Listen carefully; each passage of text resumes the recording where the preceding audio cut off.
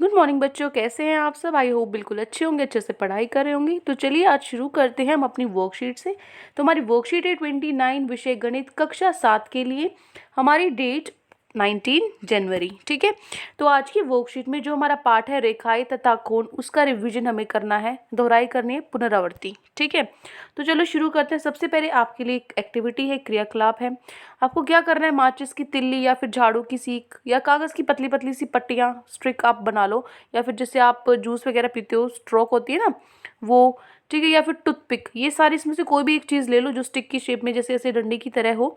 तो इसको आप इस तरीके से चिपकाना है आपको, इन दो तरीके से, मतलब दो को ऐसे रखो और एक उनके ऊपर इस तरीके से चिपकानी है, ठीक है, जैसे ये बना हुआ है। और दूसरी दो आपको इस तरीके से, एक यहाँ रखी और एक इस तरीके से रखी, ठीक है। तो इन दो तरीके से आपको उनको रखना है।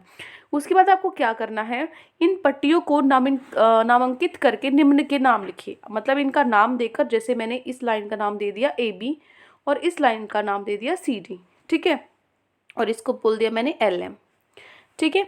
उसके बाद इस तरीके से मैंने इसको नाम दे दिया PQ, ठीक है, और इसको नाम दे दिया RS। इन सबको नाम देकर आपको बताना है समांतर रेखाएं कौन सी हैं। कौन सी समांतर रेखाएं क्या होती हैं जो आपस में कभी नहीं मिलती, जैसे AB है और CD है। तो आप इसके सामने लिखोगे AB एंड CD, ठीक है। उसके बाद बताना है तिर्यक रेखा। तिर्यक रेखा क्या होती है, जो दो समांतर रेखा को काटती है। तिर्यक रेखा क्या है, यहाँ पे LM है तिर्यक रेखा, ठीक है। फिर है प्रतिच्छेदी रेखा। प्रतिच्छेदी रेखा क्या होती है, जो इंटरसेक्ट, जो आपस में एक दूसरे को काटती है। तो यहाँ पे PQRS काट रहे हैं ना, PQRS काट रहे हैं। देखो अगर आपको यहाँ से नहीं समझ में आ रहा तो मैं इस तरीके से आपको ऐसे यहाँ करा देती हूँ, ठीक है। देखो क्या करना है, सबसे पहले आपको ये इस तरीके से आपको फिगर बनाना है और नाम देना। अभी ये जो 1 2 3 लिखी है इस पर मत ध्यान दो बेशक, पहले हम ये देख लेते हैं। पहले है समानांतर रेखा। समानांतर रेखा कौन सी होती है, AB और CD, ठीक है। उसके बाद दूसरा है तिर्यक रेखा। तिर्यक क्या होती है, दो समांतर रेखाओं को काटती है। इसने काटा, ये क्या है, इसका नाम LM। फिर तीसरी है प्रतिच्छेदी रेखा। प्रतिच्छेदी रेखा जो आपस में इंटरसेक्ट करती है, काटती है। कौन सी काट रही है, देखो ये आपस में काट रही है, मतलब PQ और RS, ठीक है। और एक और चीज ध्यान से देखो, इसमें भी काट रही है। यहाँ पे जो AB को ये काट रही है ना LM, तो AB को LM काट रही है, और CD को भी काट रही है LM। तो CD और LM भी क्या है, प्रतिच्छेदी रेखा है, ठीक है। फिर है संगत युगम, संगत कोण युगम। संगत कोण युगम क्या होते हैं, जो एक ही तरफ होते हैं दोनों कोण। आपको क्या करना है, नंबर डालने हैं। ये कोण 1 है, ये 2 3 4, इसी तरीके से यहाँ 5 6 7 8, ठीक है। ये कोण आपने डाल लिए। उसके बाद आपको क्या करना है, आप देखो यहाँ पे ये 6 और 8 है, मैंने ठीक कर दिया यहाँ पे, ठीक है। ये नंबरिंग 5 6 7 8 इस तरीके से होंगी। तो अब देखो संगत कोण क्या होंगे, मैंने बोला था कि एक तरफ इधर और इस, जो दोनों एक ही तरफ एंगल कोण होंगे आपके, ठीक है। तो देखो यहाँ पे होगा 1 और 5, ये 1 हो गया, ये 5 हो गया, ठीक है। ऊपर और नीचे आपको एक ही तरफ, लाइन के एक ही तरफ होने चाहिए।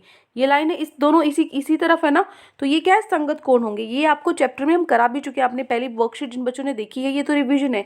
ये जब चैप्टर किया था तो हमने बहुत अच्छे से सीखा था कौन से एंगल, जो कौन से कोण है, संगत कोण होते हैं, एकांतर कोण कौन से होते हैं। तो आप वो दोबारा से भी देख सकते हो अगर आप भूल गए हो तो, ठीक है।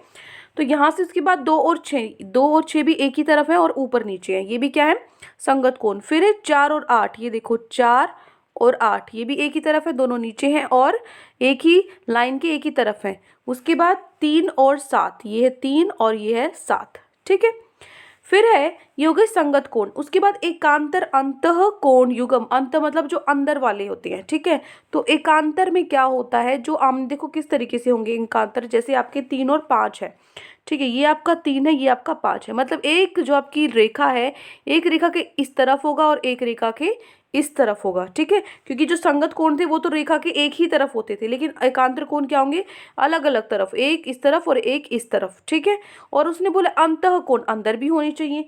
तो कौन से हैं, देखो 3 और 5 अंदर की तरफ है, देखो ये बाहर की तरफ होता है और ये दो लाइनों के बीच में है, तो ये अंदर की तरफ है, ठीक है।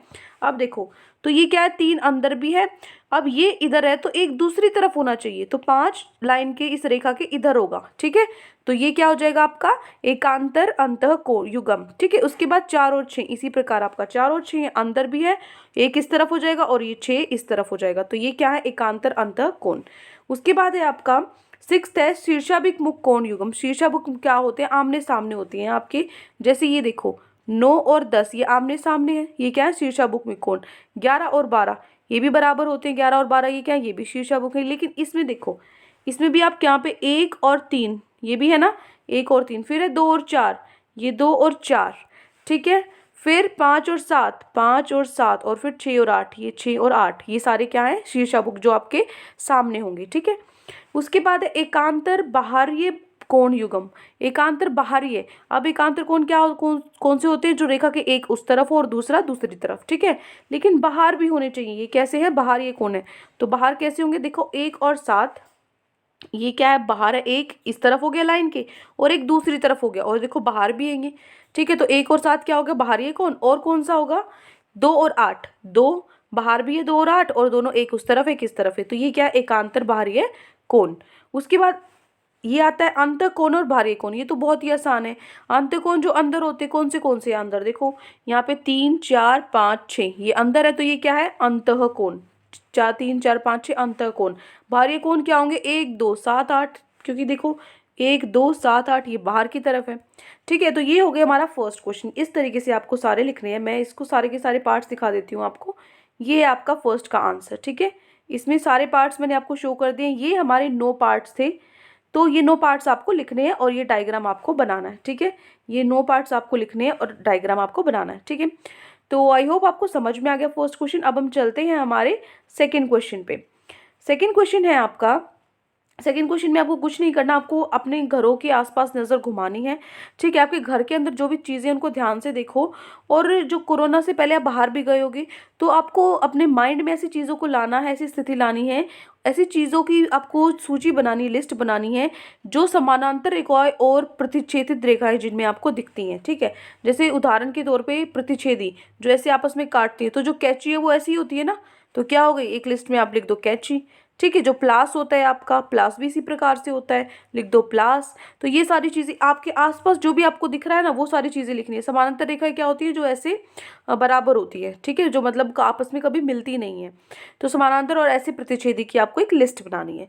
उसके बाद थर्ड क्वेश्चन है, अपने नाम को नामानुसार कैपिटल अक्षरों में आपको लिखना है। मतलब ऐसे बड़े, एक तो छोटे होते हैं ना, इस तरीके से लिखते हैं छोटे, ठीक है, और कैपिटल होते हैं ऐसे कैपिटल में लिखते हैं, जैसे ये ऊपर लिखा हुआ है।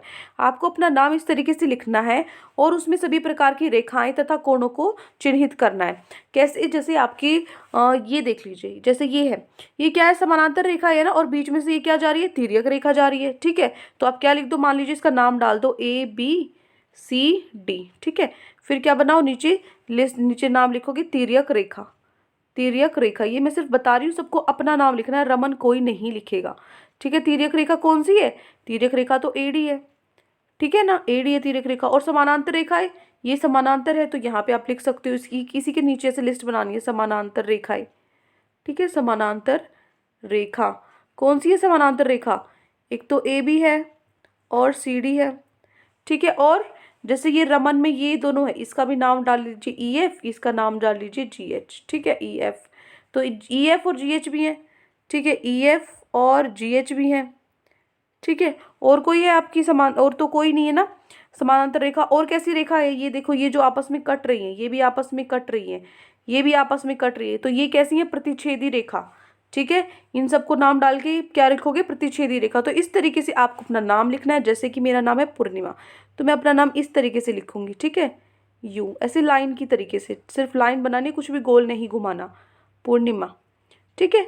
इस तरीके से आप लिखोगे, आपको अपना नाम लिखना है। इसमें भी जैसे ये यहाँ पे कर रहा है, जो भी आपका नाम है, जैसे है निधि, ठीक है, या आपका नाम है अंजू, ठीक है, अंजू, कोई भी जैसे आपका नाम है, तो इस तरीके से नाम लिख के आपको अपनी जो रेखाएं हैं उनके प्रकार लिखने हैं। मतलब वो कैसी रेखा है, तिर्यक रेखा है या फिर समानांतर रेखा है, प्रतिच्छेदी रेखा है। और कोण भी लिखने हैं, कैसे एकांतर कोण है, संगत कोण है, ठीक है, ये शीर्षाभिमुख कोण है, ये आपको लिखने हैं अपने में। जैसे यहाँ पर है, ये कैसे है, ये एकांतर कोण है, ठीक है, तो इसका नाम हो जाएगा, ये क्या, इसको 1 दे दो नाम, इसको 2 दे दो, तो एंगल 1 बराबर एंगल 2 है ये, ठीक है। ये कैसा है, एकांतर कोण है। इस तरीके से आपको छांटने हैं, ठीक है। तो ये हो गया हमारे तीनों प्रश्न। आई होप आपको अच्छे से समझ में आ गया है कि आज की वर्कशीट में क्या करना है और किस तरीके का हमारा जो फर्स्ट क्वेश्चन हमें लिखना है एज इट इज़ आपको नोटबुक में। तो कोई भी डाउट है आपको पूरी वर्कशीट में, तो आप मुझसे पूछ सकते हो। और अगर आपको वीडियो अच्छी लगे तो चैनल को सब्सक्राइब कर सकते हो, वीडियो को लाइक कर सकते हो। God bless you, thank you and have a great day.